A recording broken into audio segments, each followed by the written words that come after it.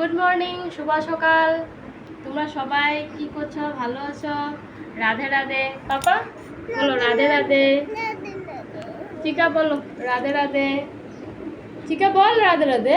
না বলো কি? না বলো কি? না বলো কি?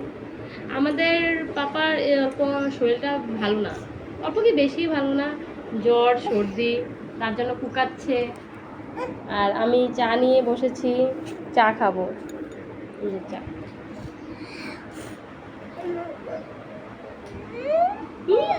মিষ্টু রাগ উঠছে, মোবাইল দিই না, তার জন্য রাগ উঠতেছে।